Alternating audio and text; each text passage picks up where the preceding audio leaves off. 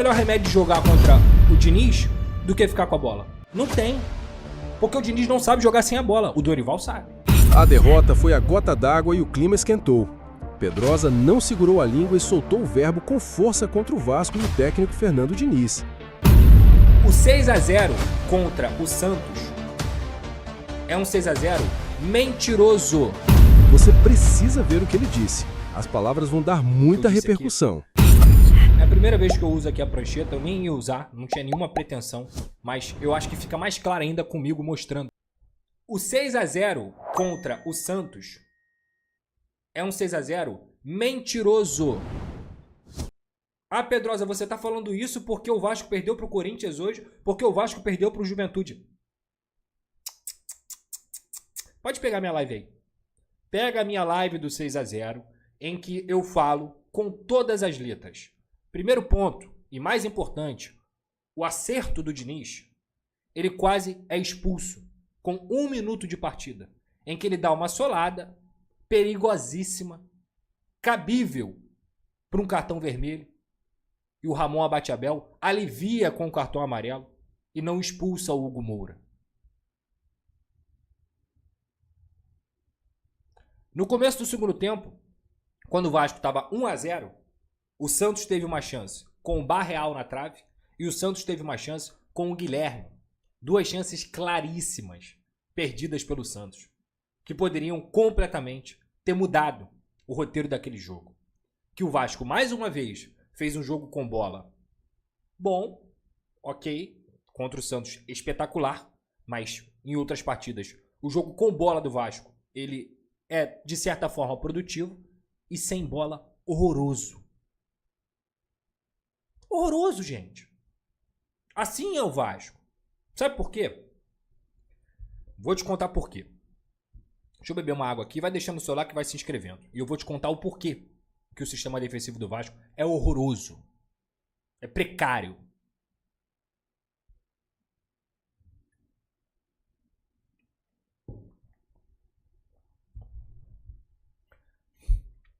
Qual é o estilo de jogo do Fernando Diniz? Ter muita posse de bola, ter sempre a aproximação de todos os jogadores na linha da bola, né, perto da bola. Para quê? Para que você tenha superioridade numérica e dentro daquela superioridade numérica, com a qualidade dos seus jogadores, ofensivos principalmente, mas defensivos também, você consiga ir ganhando a superioridade numérica, avançando casinhas, avançando zonas dentro do campo, avançando linhas, e você conseguir chegar mais perto do gol com o maior número de jogadores possíveis para que dentro desse contexto você tenha um jogador qualificado o suficiente para colocar a bola na casinha. Assim joga o Fernando Diniz com a bola. Com a bola. E o jogo dele, de fato, se você observar, mesmo com elencos limitados, é um jogo em que você produz muitas chances. Você produz, isso é indiscutível. Assim como ele, infelizmente, ignora os fatos, eu não posso ignorar os fatos. O time dele cria. Até hoje, quando o Corinthians ganhou de 3-2, o Vasco fez 2 gols. Aí eu volto, sabe pra quê? Pra essa tabela aqui, ó. Pra essa tabela aqui, ó. Vamos voltar pra tabelinha, que novamente, tudo que eu tô falando aqui é embasado em números. Vamos voltar pra tabelinha aqui.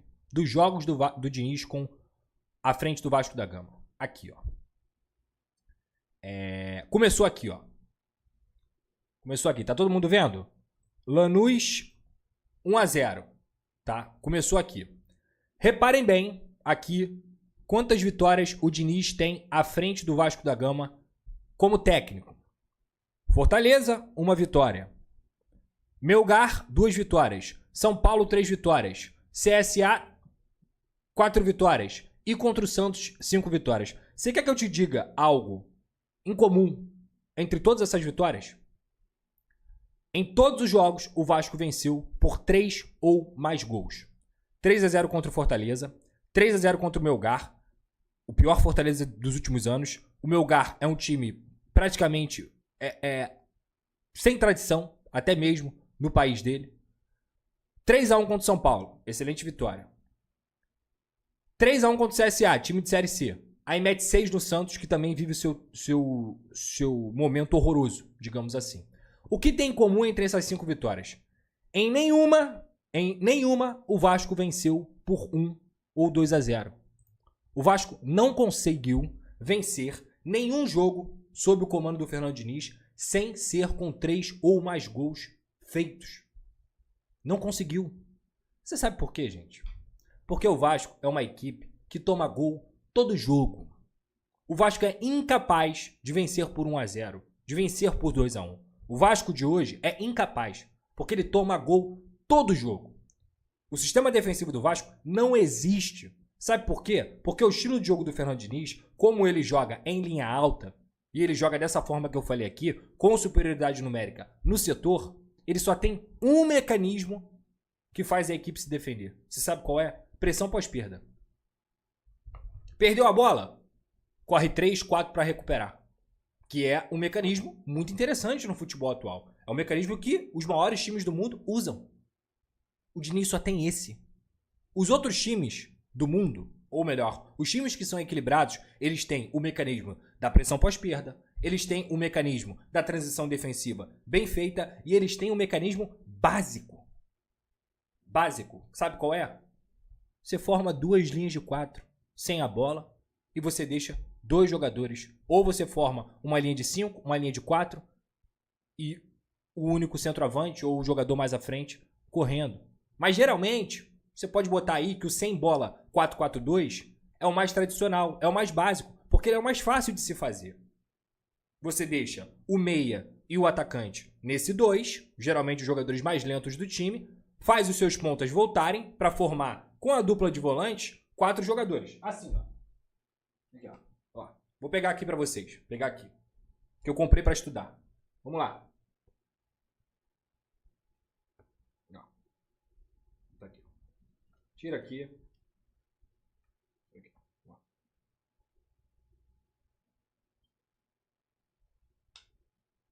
Assim, ó. Assim. Eu consigo ilustrar mais ainda para vocês. 2 linhas de 4. Ó. O ponta esquerda, o ponta direita, os 2 volantes, a primeira linha de 4 e aqui, teoricamente, o Nuno e o Coutinho hoje. Ou o Verratti e o Coutinho, vamos dizer. Tem muitos times, principalmente, que sabem se defender, que jogam de forma reativa, que eles fazem isso aqui, ó. Uma linha de 5, tá? Uma linha de 5. Aí vem esse homem pra cá, pra linha de 4. E fica o centroavante aqui. Beleza? Aí você forma uma linha de 5, uma linha de 4 e o primeiro homem. O Vasco não. O Vasco não tem capacidade de fazer isso. O Vasco não é treinado pra fazer isso. Sabe o que o Vasco é treinado? É pra fazer isso aqui, ó. Vou organizar aqui pra vocês. Tá aqui o time. O time adversário. Marcando aqui, pá. Tá aqui, ó. Aí o Vasco tá com a bola.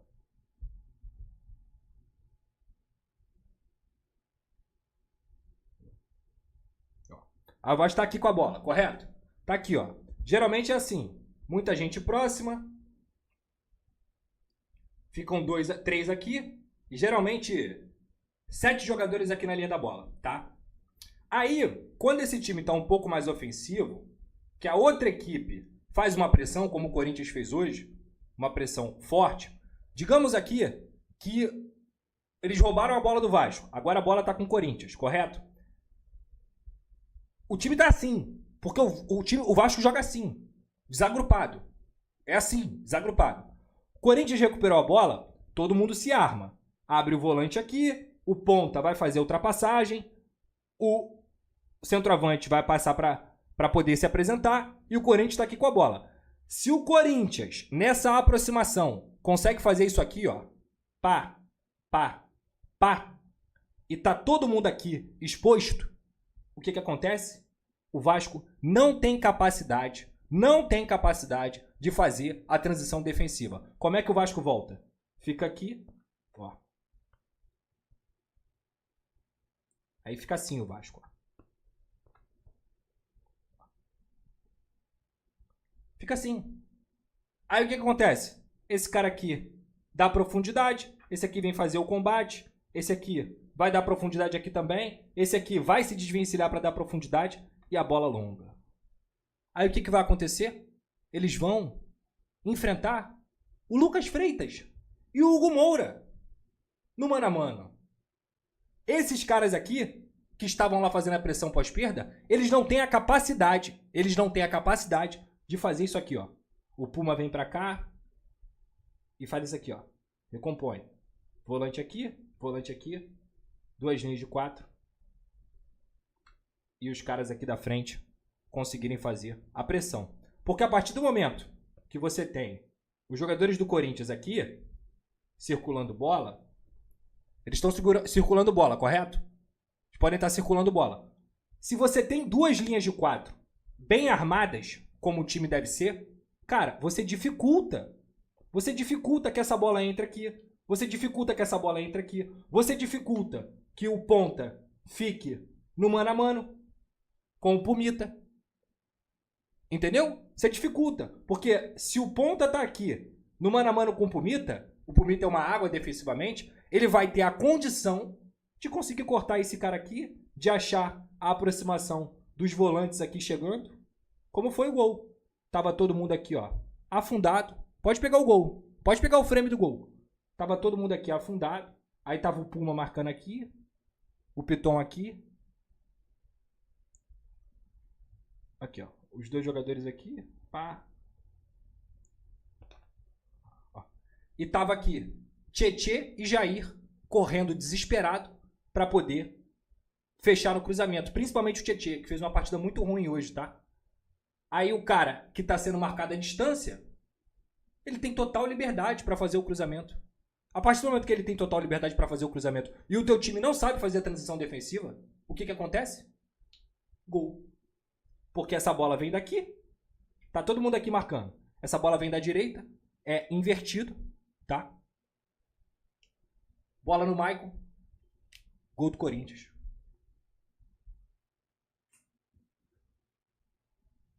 Porra, Pedrosa, você é técnico? Não, não sou técnico. Pedrosa, você sabe mais de futebol que o Diniz? Também não sou. Não sei. Ele deve saber um negócio de 10 vezes mais do que eu, tá? É por aí. Um negócio de 10 vezes mais do que eu. Mas, gente, é o básico. É o básico. E o básico não é feito. É muito fácil, e eu já fiz isso várias vezes, a gente falar de fulano, de ciclano, de beltrano, que erram com frequência, que erram de forma irritante, que colocam o Vasco muitas vezes em situação de risco. Mas, cara, o sistema do Vasco é uma vergonha.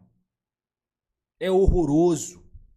E aí, a gente vai entrando no jogo, voltando, vou até me recompor aqui. O recado foi dado. Pedrosa não poupou palavras e jogou a real sobre essa fase do Vasco e o trabalho do Fernando Diniz. Mas agora eu quero ouvir você, torcedor. Será que ele exagerou ou simplesmente disse o que todo mundo já pensa e não tem coragem de falar? O Vasco precisa de mudanças urgentes ou ainda dá para acreditar nesse projeto? Deixa sua opinião aqui embaixo nos comentários porque ela é muito importante. E claro, já deixa o like, se inscreve no canal e ativa o sininho para não perder nenhum detalhe dos próximos capítulos dessa novela no Gigante da Colina.